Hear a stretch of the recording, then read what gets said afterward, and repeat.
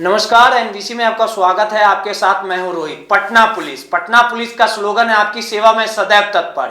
ये वही बिहार की राजधानी पटना है जहां से बिहार के मुख्यमंत्री नीतीश कुमार पूरे बिहार का बागडोर संभालते हैं। और नीतीश कुमार की तरफ से यह दावा वादा किया जाता है कि महिलाओं को लेके हम पूरे तरीके से महिलाओं को आगे बढ़ाने के लिए हम प्रयासरत है और महिलाएं अब पुरुषों के साथ कंधे से कंधा मिलाकर हर एक काम को कहीं ना कहीं बढ़ चढ़कर हिस्सेदारी निभा रही है। ये वही बिहार के मुख्यमंत्री है जो नीतीश कुमार बेटी बचाओ बेटी पढ़ाओ का नारा देते हैं, लेकिन जब बात धरातल पर आती है तो धरातल पर कहीं ना कहीं उनके तमाम वादे जो है वो खोखले साबित होते हैं। बिहार के मुखिया सिंगल साहब यहाँ पे रहते हैं। कहीं ना कहीं तमाम जो बिहार के जिले हैं, तमाम गतिविधियों के जो भी वहां के पुलिस कप्तान है उन पे नजर रखते हैं। बिहार के डीजीपी सिंगल साहब के तरफ से दावा वादा किया जाता है कि कानून का राज है, लेकिन राजधानी पटना में एक ऐसी घटना घटी है वो कहीं ना कहीं पुलिस की कार्यशैली पे सवाल खड़ा होता है। और सवाल खड़ा होना लाजमी भी है, क्योंकि आप समझिए कि सचिवालय थाना के अंतर्गत बिहार के तमाम पॉश इलाके मुख्यमंत्री, मंत्री, तमाम आईपीएस जज, तमाम क्षेत्रों के आवास पड़ते हैं। लेकिन वहां के थानेदार की बात कर ली जाए तो थानेदार की जिस प्रकार से शैली है, जो बातें करने का जो व्यवहार है, वो पूरे तरीके से आप दुखद कहिएगा। और इस घटना के बाद, वीडियो वायरल होने के बाद जमकर पटना पुलिस की किरकिरी भी हो रही है। भले इस पूरे मामले को संज्ञान लेते हुए जो पटना के एसएसपी हैं मानवजीत सिंह ढिल्लों, उन्होंने बेहतरीन कारनामा किया और कहीं ना कहीं इस पूरे मामले का जांच का जिम्मा जो है वो एएसपी सचिवालय जो एएसपी हैं उनको दिया गया। लेकिन उन पे भी सवाल उठता है, क्योंकि वो खुद एक महिला है, काव्या मिश्रा, जो सचिवालय के एएसपी पद पर तैनात है। और सवाल हम नहीं उठा रहे जिनके साथ ये घटना घटी है, सवाल उन्होंने उठाया है। कल देर शाम की घटना बताई जा रही है। प्रीति कुमारी जो सचिवालय में कार्यरत है, राजस्व विभाग में कार्यरत है, उन्होंने जिस प्रकार से मीडिया को पूरे तमाम तरह से जानकारी दी कि वो अपने मित्र के साथ अपने घर को लौट रही थी और कंकड़बाग पीसी कॉलोनी की रहने वाली है। जब वो अपने घर के लिए जा रही थी तो सचिवालय थाने के गेट के पास दो मनचले आते हैं और बात करने के दौरान वो अपने किसी परिवार के मेंबर से प्रीति कुमारी बात कर रही थी, तभी दो बाइकर्स गैंग के लड़के आते हैं और उनका मोबाइल झपट्टा मार के आराम से फरार हो जाते हैं। अब आप समझिए कि कहीं ना कहीं राजधानी पटना में अपराध का ग्राफ भी बढ़ते जा रहा है और बढ़ते अपराध को लेके पटना पुलिस लाख दावा वादा कर ले, लेकिन जो हकीकत है वो कहीं ना कहीं धरातल पर नहीं दिख रही है। इसी के कारण लगातार मोबाइल छिनतोड़ी की घटना में बेतहाशा वृद्धि होते जा रही है। जो सचिवालय थाना प्रभारी है उनका नाम गुप्ता जी है। अब आप समझिए कि उनके कारनामे के कारण कहीं ना कहीं पटना पुलिस की किरकिरी हो रही है। भले ही इस पूरे मामले को लेकर जांच के आदेश दिए गए और जांच में जो भी तथ्य निकल के आ पाएगा उसमें कार्रवाई होने की उम्मीद है। और कहीं ना कहीं पटना के जो एसएसपी मानवजीत सिंह ढिल्लों है, उन्होंने जांच के आदेश देने में थोड़ी भी देरी नहीं लगाई और सीधे तौर पे जो उनका ग्रुप है उस पर उन्होंने सीधे तौर पे पटना के तमाम जो मीडिया मेंबर है उनको अवगत कराया कि इस मामले का संज्ञान उन्होंने गंभीरता से ली है और मामले की जांच कराने की बात एएसपी काव्या मिश्रा को दी गई है। और इसके पहले भी आपको मैं बता दूं, जिस प्रकार से बेउर जेल से जो शंभू कैदी था वो भी पीएमसीएच इलाज कराने आता और उसके बाद आराम से वो शराब का सेवन करता। और इस पूरे मामले को लेकर जब पटना के एसएसपी को अवगत कराया गया था, हमारे माध्यम से ही अवगत कराया गया था, एनबीसी के माध्यम से अवगत कराया गया था, तो उन्होंने जांच का जिम्मा गांधी मैदान थाने प्रभारी को दिया था। उस मामले पे हम ज्यादा नहीं बात करेंगे। अब इस पूरे घटना को तफ्तीश से बताते हैं कि आखिर घटना क्या हुआ था। कंकड़बाग पीसी कॉलोनी D85 की रहने वाली प्रीति कुमारी कल नियमित समय के अनुसार अपने कार्यालय से निकलती है, सचिवालय थाने के पास से ऑटो की सवारी पकड़ने के लिए खड़े रहती है, तभी 2 की संख्या में अपराधी आते हैं और मोबाइल को लूट के फरार हो जाते हैं।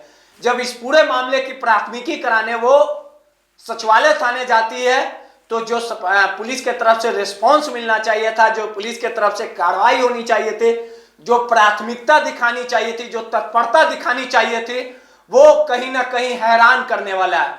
पटना पुलिस हमेशा अपने कारनामे के कारण चर्चाओं में बना रहता है। एक बार फिर पटना पुलिस की कहीं ना कहीं किरकिरी हुई है, और जिस प्रकार से जो थाना प्रभारी गुप्ता जी हैं सचिवालय थाना, वो अपने बयानों को लेके, अपने शब्दों को लेके जिस प्रकार से हमेशा कारनामे के लिए जाने जाते हैं, और उनका जो बिहेवियर रहता है जनता के प्रति, वो हमेशा सवालों के घेरे में रहता है। मीडिया कर्मी से भी उलझ जाना हमेशा उनके लिए कहीं ना कहीं दाएं हाथ का खेल है। आखिर ये किसके सह पे जो सचिवालय थाना प्रभारी वो कर रहे हैं, आखिर इन पे कार्रवाई क्यों नहीं की जाती है। लेकिन जिस प्रकार से वीडियो सामने आया, जो बिहार के मुख्यमंत्री जिन्होंने पूरे तरीके से हमेशा ये बातें दावे करते हैं कि महिलाओं के प्रति पुलिस जो है, लोग जो है वो अच्छा व्यवहार करें, महिलाओं के प्रति आगे बढ़ाने की बात की जाती है। लेकिन जिस प्रकार से जो प्रीति कुमारी जो पीड़िता रहती है, जब आवेदन कराने के लिए सचिवालय थाने अपने मित्र के साथ जाती है, तो वहां पे जब पूरे घटनाक्रम को बताया जाता है, तो देखिए किस प्रकार से जो सचिवालय थाना प्रभारी है वो सीधे तौर पे उनके साथ बदसलूकी की जाती है, उनको बेइज्जत किया जाता है। और यहां तक आप सपने में भी नहीं सोच सकते कि जिस प्रकार से सचिवालय थाना प्रभारी ने जो बयान दिया कि तुम अपने बाप को बुलाओ, कुछ नहीं हो पाएगा, तो समझिए वर्दी की हनक, वर्दी का जो गुरूर है और जो रुतबा है वो सिर चढ़ के बोल रहा है। और ये वही थाना प्रभारी है जो जनता की सेवा के लिए काम करते हैं, जनता की सेवा के लिए इन्हें बहाल किया गया था। लेकिन जिस प्रकार से इन्होंने कारनामा किया, जिसके कारण पटना पुलिस की छीछी हो रही है, और इसके लिए अगर जो जिम्मेवार है तो सचिवालय थाना प्रभारी, और जिसके कारण कहीं ना कहीं पटना पुलिस सीधे तौर पे सवालों के घेरे में है, कटघरे में आ रहा है। इस पूरे मामले को लेके पटना के जो एसएसपी ने वो सवाल तो उठा दिया, लेकिन जो प्रीति थी उनसे हमारी बात हुई थी, हम खुद उनके घर पे गए थे, उनसे बात किए थे, और सीधे तौर पे उन्होंने बताया था कि किस प्रकार से जो सचिवालय थाना प्रभारी है उनके साथ बदसलूकी करते हैं, बेइज्जत करने का काम करते हैं। अब समझिए कि एक महिला के साथ इस तरह का व्यवहार कहीं से भी सही नहीं कहा जा सकता। और इस पूरे घटनाक्रम में जो सचिवालय की एएसपी हैं काव्या मिश्रा, वो भी वहां पे मौजूद रहती हैं, और कहीं ना कहीं उन पे भी ये तमाम चीजें जो है जिम्मेवारी दी जाती हैं, और उनके सामने ये पूरा घटनाक्रम होता है। लेकिन वो समझा बुझा के मामले को जो है वो कहीं ना कहीं सॉर्ट आउट करती है।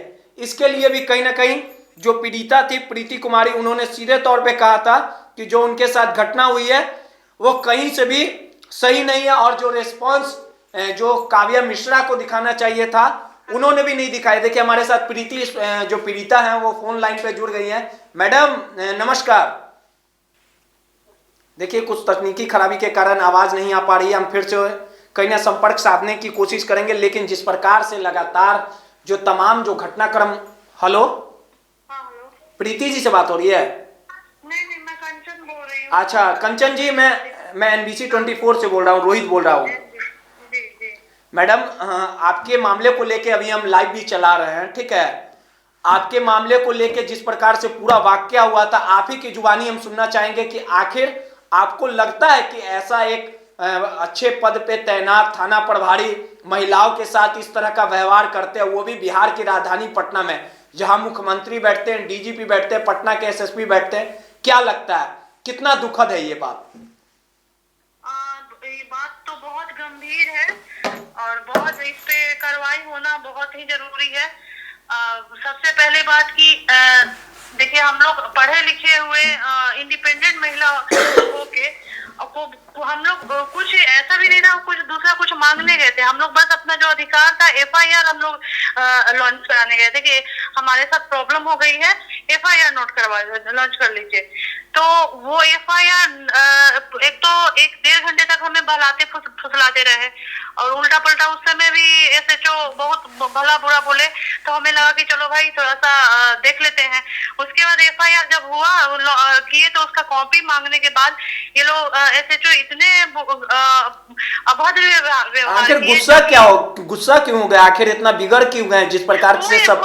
यही बात तो हमें भी क्या अपने नाकामी को छिपाना चाहते थे? जो घटना हुई थी, मोबाइल जो आपका लूट लिया गया, छीन लिया गया, उसको लेके वो गुस्सा थे क्या? नहीं, हमें खुद नहीं समझ में आ रहा था कि हम खुद पीड़ित हैं। हमें एक तो चलो सहानुभूति देना चाहिए कि हाँ चल आपका मोबाइल मिल जाएगा, चाहे चलिए ठीक है जो भी है, उसके मतलब वो सहानुभूति तो छोड़िए, कम से कम आपका जो ड्यूटी है वो तो पूरा कीजिए। वो करने के बजाय वो हम लोग पे चिल्लाने लगे, बाहर निकलो, तुम लोग क्या कर रही हो यहाँ पे, इस तरह से मतलब अभद्र व्यवहार कर रहे थे, अमर्यादित बातें कर रहे थे, जिसको मैं एक्सप्लेन नहीं कर सकती। वो तो थोड़ा देर का क्लिप बन गया है, जो कि आप वीडियो में भी देख सकते हैं किस तरह से बातें जो कर रहे हैं। कंचन जी जब ये हाँ। पूरी घटना हुई, मैंने वीडियो को देखा है, तमाम लोगों ने देखा, तमाम लोगों ने कहीं ना कहीं पुलिस की कार्यशैली पे सवाल खड़ा कर दिया है, ठीक है। और उस समय जब ये घटना हुई थी तो कोई अधिकारी थे क्या वहां पे?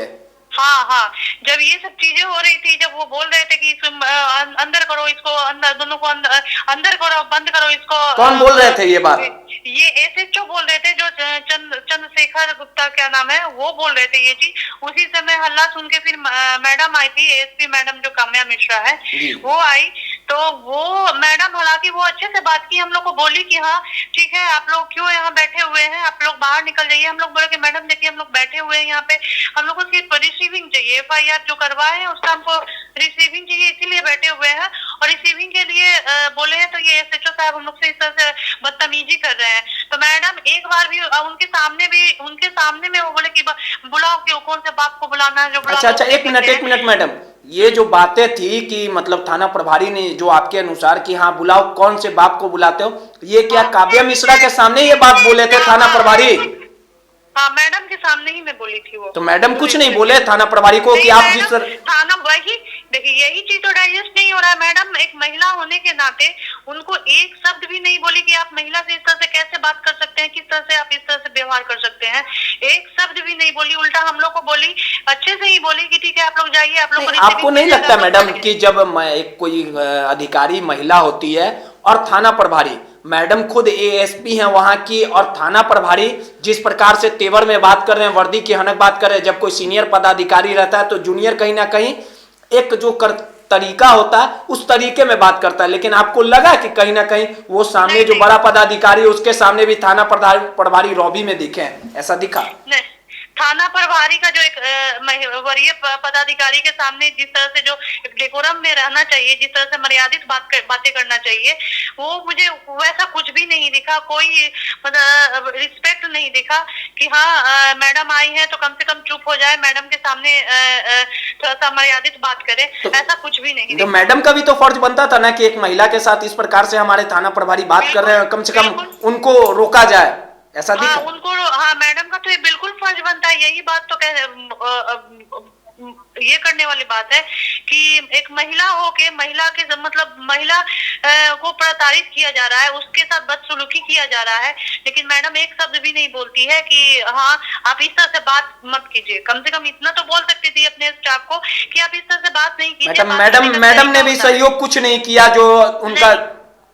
मैडम आपके मामले का संज्ञान पटना के एसएसपी मानवजीत सिंह ढिल्लों ने लिया है और पूरे मामले की जांच एएसपी मैम को दिया गया है, तो आपको क्या लगता है न्याय मिलेगा? क्या चाहती हैं आप?